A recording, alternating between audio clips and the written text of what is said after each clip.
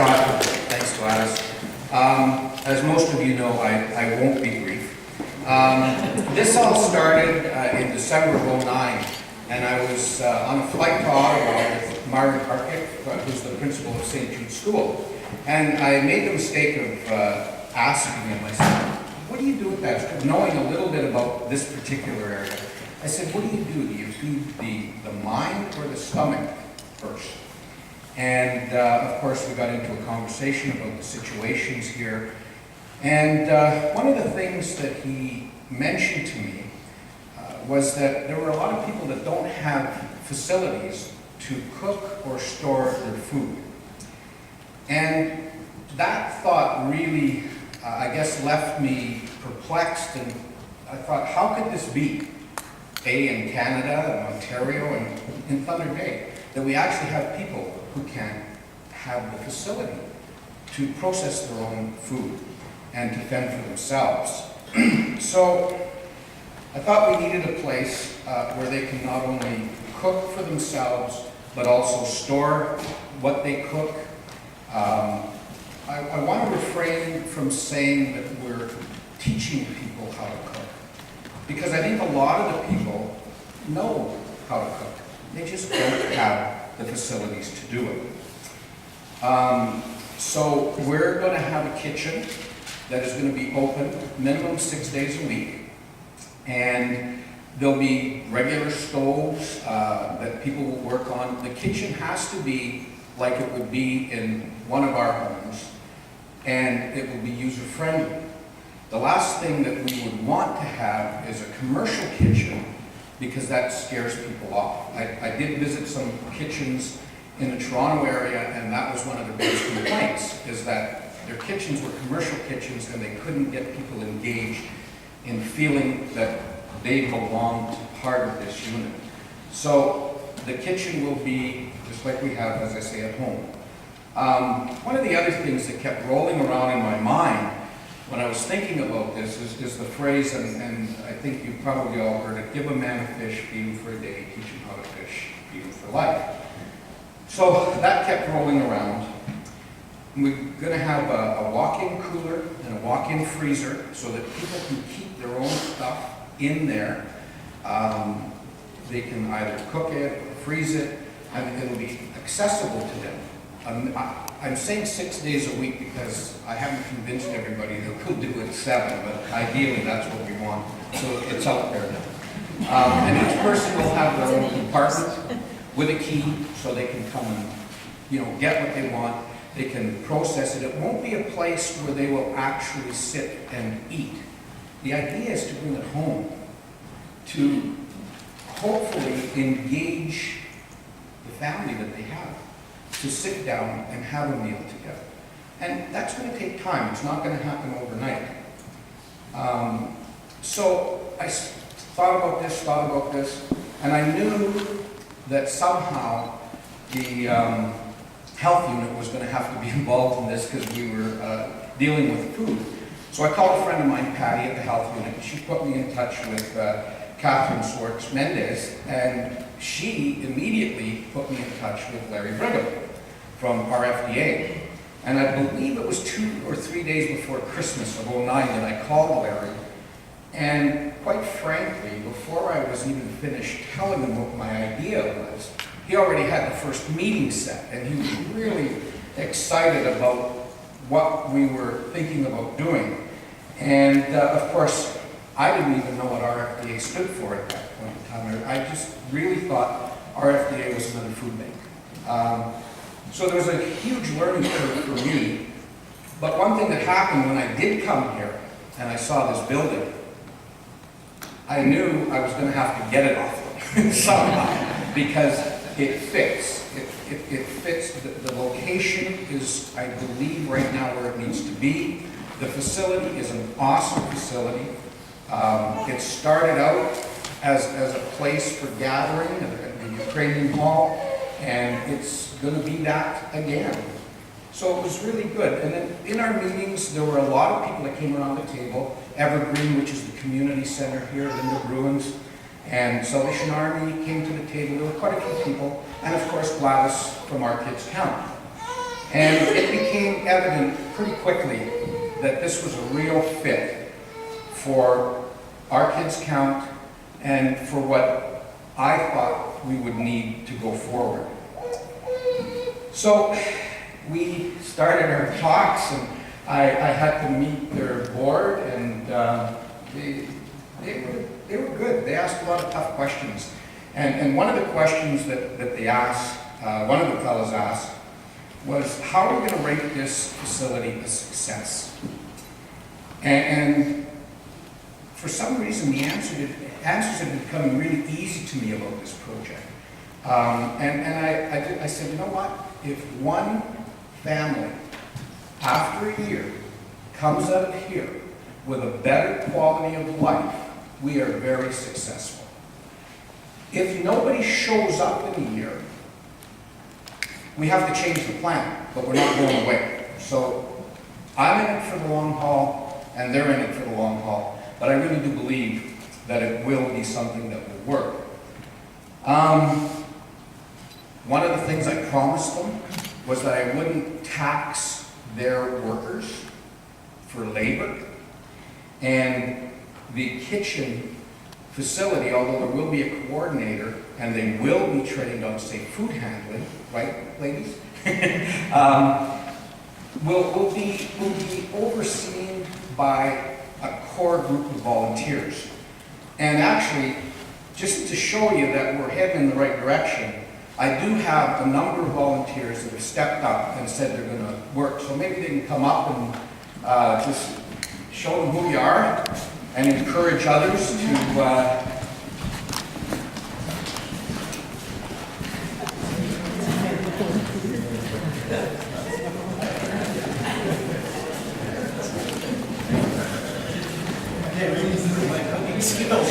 So you can see that we have a pretty broad range of volunteers that are going to be willing to help. From my granddaughter Gemma, I'm not sure what she's going to do, to Mrs. Carpenter at the far end there, who I told her I wouldn't mention any names, but she was originally part of this Ukrainian hall, and her son Myron actually worked bingos here. So they've got a real tight connection, and I know that we're going to be doing some pierogi cooking here, and I know who I'm going to get to do it. And of course, my mom, who right away said that she was going to volunteer, and she makes the best chicken soup and spaghetti sauce. So, you know, it's going to be grassroots, basic, down to earth that we're going to do. So I thank all of you for stepping up here today and committing to this program. So thank you very much.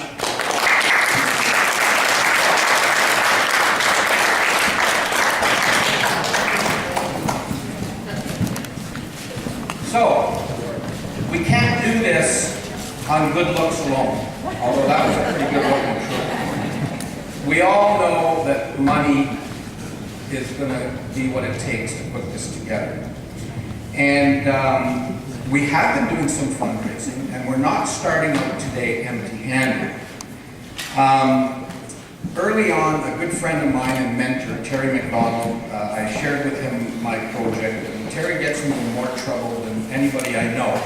And, because actually he came up with the chef's hat thing and called me at like 9 o'clock last night and said, you should do this. So I just grabbed it. Thanks, Terry.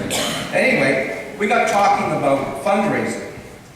So the very first fundraiser that we were going to do was a helicopter ride for young children. So I called Myron, and of course the first thing I realized is that the school boards want nothing to do with helicopter rides. And so that was a no. But thanks to Gladys and her connection with Camp Quality, we got a win-win partnership. So John Jones, local contractor, he had purchased a helicopter ride through Whisk Air, and he donated it to us. And then Terry and I went to see Mark Wisterman from Whisk Air. He donated another ride for 6 people, and we had a dinner at Caribou for 12 people. So then we went out, and with the help of Vince Mirabelli and a few other people, I wanted to try and engage young people in this group. So Vince is an awesome fundraiser, and with his help, we were able to find 12 people who kicked in $1,000 each. And we did the fundraiser. It was unbelievable. The kids had a great time. We made 12 grand. We gave 1,000 of it to Camp Quality, and they were very pleased about that. But one thing happened before this. We were originally going to just try to go out and find a company that would buy it. So I knew John Seaman, and I knew John Seaman knew some people that I wanted to get in touch with. So Terry and I had a meeting with John, and I went over this whole thing, how it was going to work and what we were going to do. And John sat there, and if any of you know John, he's an interesting fellow. And he said, you know what, like, that really sucks. So I thought, oh my God. But he says, you know what, I'm going to write you a check for 10 grand. I believe in your program. So he was my first donor. Unfortunately, I don't see him here today. But John was our first sponsor, and he wrote me a check for $10,000, and he's going to have the boardroom in his name or whatever name he wants it in. So that was really awesome. And then again, Mark Whiskerman for his help, and John Jones. It was really good. So we had that.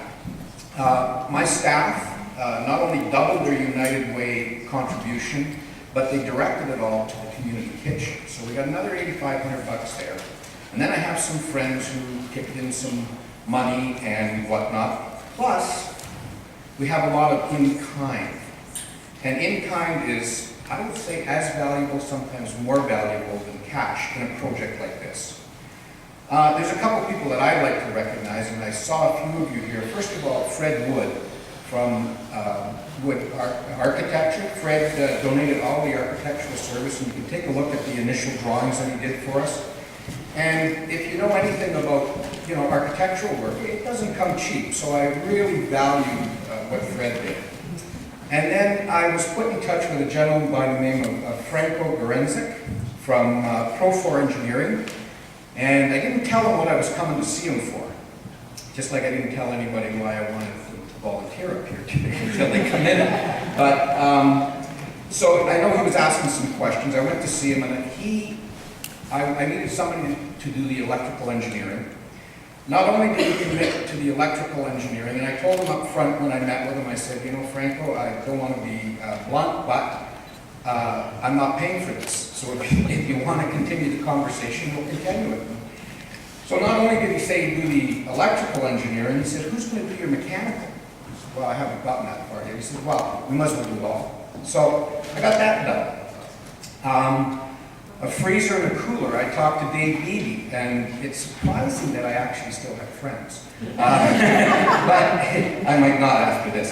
But I told Dave what I was thinking of doing. He actually came over and gave me a preliminary opinion of the heating and whatnot. And I told him what I was doing, and he found me a 5-year-old walk-in cooler and walk-in freezer. And we picked that up about 3 weeks ago. Two of my sons and I went to the location at 3:30 in the morning and hauled it out the back door, and now it sits, and we have exactly what we need. Pardon me? Oh, I can't play that. So you can see that we're getting support everywhere we turn here. And I'd also like to thank Lori and Don Patterson, because they've kind of guided me through some of these. This is a little beyond what I've been used to doing, and a little grander scale, and they've really been supportive, and their guidance is invaluable, and I thank you for that, Lori. I really appreciate it. And also to my family, because half the time, well, probably 3/4 of the time, they don't really know where I am and what I'm doing, but they support me, and they're all here today, and I thank you very much for that, because it means a lot. So our goal is $350,000 that we need to fundraise. And it's a lofty goal, but we're coming into it with $75,000 in cash, plus all the in-kind. And the $350,000 pretty much equals what it's going to cost to get this place renovated, up and running, and sustained. So I'm excited about this. I have spent a lot of time walking through the community, talking to a lot of people. We wanted to be sure that we weren't duplicating services, and that's really important. And one of the other things that I got committed, again through Myron, St. Pat's High School, with help from Jim Pazianos and Roman Berardo, who's at the back there. Roman is the carpentry teacher for the high skills group. And we got them in here, and they've taken on a project for their students starting in September, and they're going to rough in, do the sheetrock, do all the trim, hanging the doors as a school project. And, you know, that's invaluable. And when they offered that, I thought, what an awesome fit. These students are going to be able to drive by this facility and say, you know what, I worked on that. Not only did I work on it, I learned things about my trade, and I learned that giving back is a really good thing. So thank you to St. Pat's School and, of course, the school boards for allowing this to happen. There's a couple other things, and then I'm done, believe it or not. We will accept donations today. I'm not shy. You can see the ladies at the back. But there's also another really exciting fundraising opportunity that is going to be announced today. And obviously we're very pleased that a good portion of the money is going to be directed to us. But I've said enough, so I'd like to call on Johnny DeBaker. John? Some of you may be familiar with a fundraiser. It's called the Ishkinator Shaker, and Johnny's the mover and shaker behind that.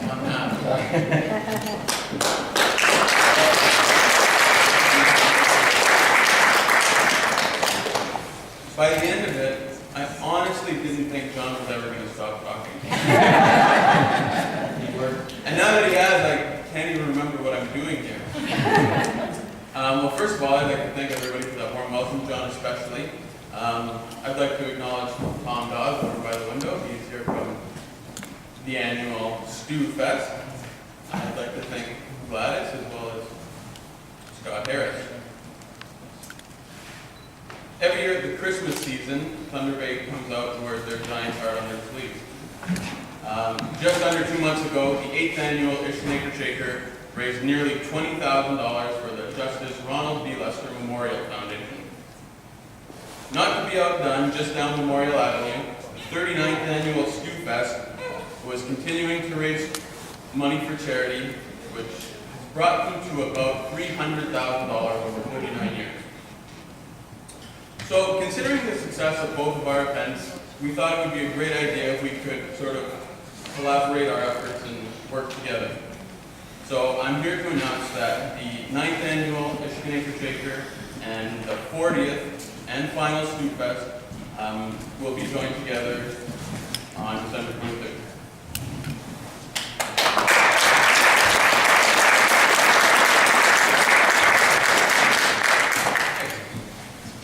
I'm very happy to announce that our Kids Count and the Thunder Bay Community Kitchen will be the primary recipient of the money we raise. Now, I can probably tell you we're not going to help you get the we'll help you get there, but we're not going to make $350,000. Certainly, if we can make it a couple of those sticks, we'll be very happy to do so. Our Kids Count is a project we've learned a lot about over the last few weeks. It's a wonderful community initiative, and we're very excited to be a part of the growth of this excellent organization. We believe the community kitchen and its services will have a fundamental impact on Thunder Bay for the better, and the 40th annual Stew Fest is proud to be a part of making this happen. We'll see you next week.